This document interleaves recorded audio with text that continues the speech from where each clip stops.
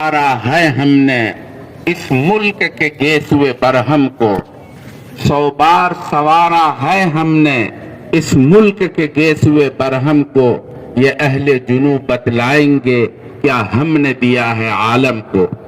حضرات گرامی، آپ نے ابھی بصیرت افروز تقریر سماعت کی ہے اور جنگ آزادی کے عنوان سے اور اس سلسلے میں علماء کرام اور بالخصوص اکابر دارالعلوم دیوبند کے کاوشیں آپ کے سامنے آئی ہیں۔ اب مزید میں مخدوم گرامی مرتبت حضرت اقدس مفتی محمد راشد صاحب نائب محتمم دارالعلوم دیوبند سے بڑے ادب و احترام کے ساتھ درخواست گزار ہوں کہ حضرت ہم لوگوں کے سامنے بصیرت افروز کے ساتھ ساتھ ایسے خطوط رہنمایاں بیان فرمائے جو ہم سب کے لیے محظوظ ہونے کا سبب ہو سکے۔ میں حضرت سے نہایت ادب و احترام کے ساتھ درخواست کرتا ہوں کہ حضرت بیان فرمائیں۔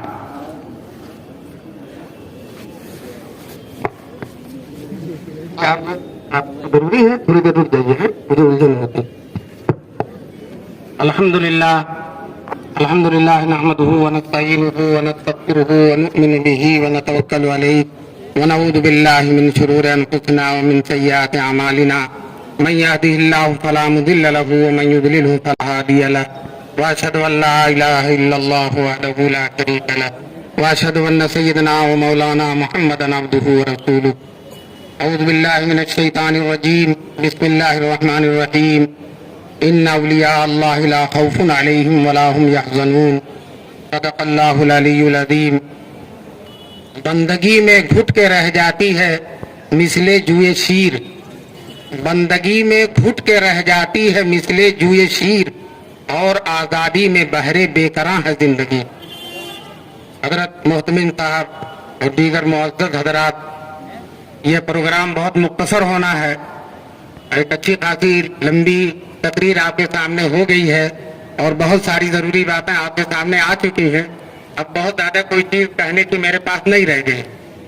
میں صرف آپ کے سامنے جنگ آزادی کے سلسلے میں، ہندوستان کو آزاد کرنے کے سلسلے میں، بلکہ ہندوستان کو بنانے، سنوارنے، سجانے کے سلسلے میں علماء دیوبند کا جو کارنامہ ہے اس کو بیان کریں۔ اور یاد رکھیے، ابھی مولانا منیر صاحب شعر پڑھ رہے تھے، 100 بار سوارا ہے ہم نے اس ملک کے گیسوئے برہم کو۔ جب بھی ملک بگڑا ہے الحمدللہ علماء دیوبند ہی نے سنبھالا ہے۔ 100 بار سوارا ہے ہم نے اس ملک کے گیسوئے برہم کو، یہ اہل جنوب بتلائیں گے کیا ہم نے دیا ہے عالم کو۔ چنانچہ تاریخ بتلائے گی، تاریخ کے صفحات بتلائیں گے اور کتابیں بتلائیں گی اور قربانیوں کے آثار و نقوش بتلائیں گے کہ علماء دیوبند نے کیا دیا ہے ہندوستان کو۔ جب انگریز 1857 میں پورے طور پر غالب ہو گیا اور اس نے اعلان کر دیا، انگریز کے وزیر تعلیم لارڈ میکالے نے اعلان کر دیا کہ اب سارے ہندوستان پر ہماری حکومت ہے، ہمارا جھنڈا پورے ہندوستان میں لہرا رہا ہے، تو اب پورے ہندوستان میں دین عیسائیت بھی پورے ہندوستان کے اندر قائم ہو جائے اور پورے ہندوستان کو عیسائی بنا لینا ہے۔ دوستو، اور بھی بڑے سارے مظالم تھے، مسجدوں کو شہید کرنا، علماء کو پھانسی دینا۔ انہوں نے صرف مسلمانوں کو ختم کرنے کا ارادہ نہیں کیا تھا بلکہ اسلام کو ختم کرنے کا ارادہ کیا۔ حالانکہ ان پاگلوں کو معلوم ہونا چاہیے کہ اسلام کی حفاظت کی ذمہ داری اللہ نے لی ہے اور وہ ان کے بس میں نہیں ہے۔ وہ ناک رگڑ رگڑ کے ان کی پوری ذریت قیامت تک مر جائیں لیکن اسلام کا کچھ ہونے والا نہیں ہے۔ اسلام ہے، رہا ہے اور آئندہ قیامت تک رہے گا انشاءاللہ۔